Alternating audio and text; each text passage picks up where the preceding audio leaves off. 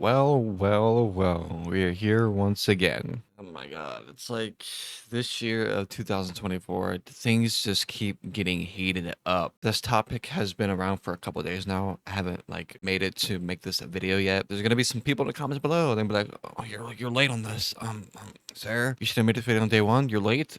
You're super late. Late. Don't care. I played Call of Duty pretty much all my life. Like I grew up playing that shit. So as of recently, you guys know, Microsoft actually bought Activision Blizzard. So Microsoft owns Call of Duty and the Activision Blizzard game studios and stuff like that. So Microsoft has laid off 1,900 Activision Blizzard and Xbox employees. That is crazy. So I'm pretty sure Microsoft, a multi-billion-dollar company, and they're like Microsoft is literally next to Apple. Like just Microsoft has so much money, especially after acquiring Activision Blizzard. It's just absolutely crazy to me how much money they have. So Microsoft is laying off 1,900 employees at Activision Blizzard and Xbox this week. While Microsoft is primarily laying off roles at Activision Blizzard, some Xbox JD Max employee will also be impacted by the cuts. The cuts work out to roughly 8% of the overall Microsoft gaming division that stands at around 22,000 employees in total. The Verge has obtained an internal memo from Microsoft's gaming CEO, Phil Spencer, that confirms the layoffs. It's been a little over 3 months since the Activision Blizzard and King teams joined Microsoft, which we just talked about. As we move forward in 2024, the leadership of Microsoft Gaming and Activision Blizzard is committed to aligning on a strategy and execution plan with a sustainable cost structure that will support the whole of our growing business together. We set priorities, identified areas of overlap, and ensured that we all align on the best opportunities for growth. As part of this process, we have made the painful decisions to reduce the size of our gaming workforce. Approximately 1,900 roles out of 22,000 people on our team, the gaming leadership team, and I are committed to navigating this process as thoughtfully as possible. The people who are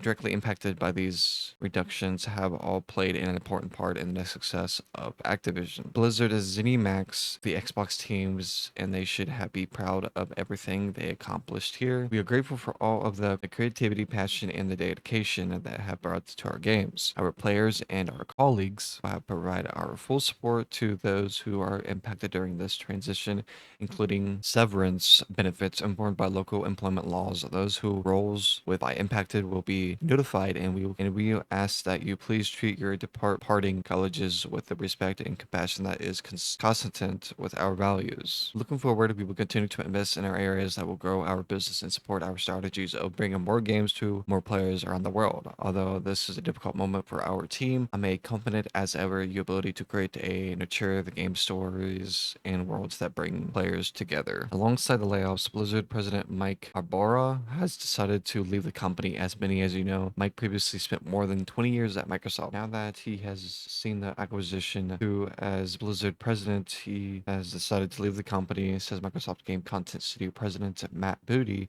in an internal memo. Microsoft plans to name a new Blizzard president next week. Alan Idaham, Blizzard Chief Design Officer, is also leaving the company as one of the Blizzard co-founders. Alan has a broad impact on Call of Duty Blizzard games. His influence will be felt for years to come, both directly and indirectly, as Alan plans to continue mentoring young designers industries as Booty. Blizzard previously announced the rival game has also been canceled as part of these changes. Booty says Microsoft will be shifting some of the people working on it to one of several promising new projects Blizzard has in the early stages of development. This is Mike on Twitter. I want to thank everyone who was impacted today for their meaningful contributions to their teams, to Blizzard, and to players' lives. It's an incredibly hard day, and may energy and support will be focused on all those amazing individuals impacted. This is no way a reflection. The Blizzard community also want to let you know that today is my last day at Blizzard. Leading Blizzard through an incredible time and being part of the team, shaping it for all the future ahead was an absolute honor. Having already spent 20 plus years at Microsoft with this acquisition of Activision Blizzard behind us, it's time for me to once again Blizzard's biggest fan from the outside. To the incredible teams at Blizzard, thank you. Words can't express how I feel about all of you. You're amazing. Continue to incredible things, and also keep Blizzard blue and the player of the forefront of every decision. To all those impacted today, I am always available to you and understand how challenging today's news. My heart is with each one of you. The layoffs come the same month, right? Games, Google, Discord, Twitch, Unity, eBay, and others announce cuts. months, Microsoft completed its $68.7 billion acquisition of Activision Blizzard. In October, following 20 months of battles with regulators in the UK and US, former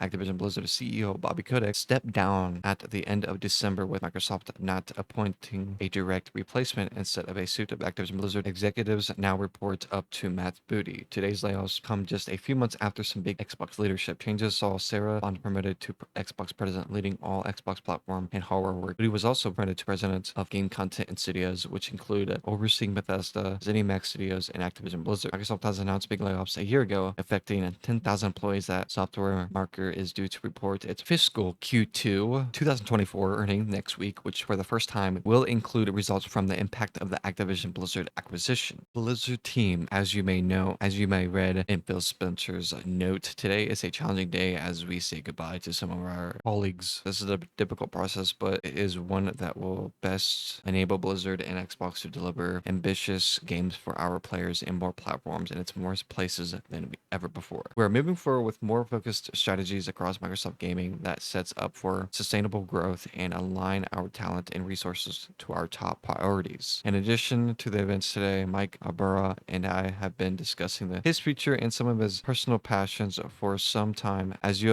know, Mike previously spent more than 28 years at Microsoft. Now that he has seen the acquisition through as Blizzard president, he has decided to leave the company. As we move forward, we will continue to build on the positive momentum that Mike created and strive to continue exceeding the expectations of Blizzard players. I want to thank Mike for his leadership and his concealed since the deal closed. I know that he plans to travel and spend more time with his family. We wish him the very best. Additional, Alan Adham, Blizzard Chief Design Officer, is leaving the company. As one of the Blizzard co-founders, Alan has a broad impact on all of Blizzard games. His influence will be felt for years to come, both directly and indirectly, as Alan plans to continue mentoring young designers across the industry. The new Blizzard president will be announced next week. What happens next? Those who are impacted are being informed in meetings starting today. Given that challenging day ahead, anyone who is set up to work from home would prefer to can work remotely today due to time zones and local holidays. Some impacted employees in APAC and EMEA will be informed later this evening and into early next week after the notifications are complete. Leaders will bring their teams together. Please be mindful of this process in your conversation and outreach during these next few days. Details on today's actions. The challenges announced today reflect on focus on products and strategy that hold the most promise for Blizzard future growth, as well as identified across of overlap across Blizzard and Microsoft Gaming today. Actions affect multiple teams within Blizzard, including development teams, shared services organizations, and cooperative functions. As part of the focus, Blizzard is ending development on its survival project game, which will be shifting some of the people working on it. It's one of the several promising new projects Blizzard has in early stages of development. So it seems like Blizzard was working on a new survival game and they had to come for a close. I can imagine that because they probably poured their heart and soul into that game, and now they gotta cancel it and all the work is all gone. So that's not great. No matter the reason behind these decisions, that they are never made lightly. Changes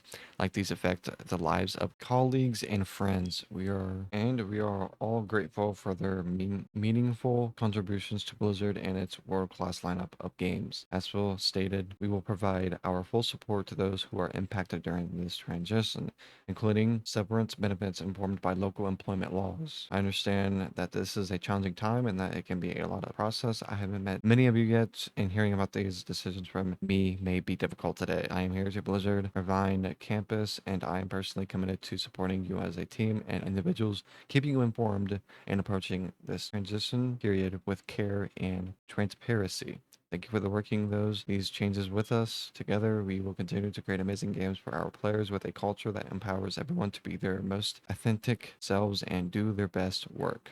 Matt. Damn. Holy crap. That is crazy.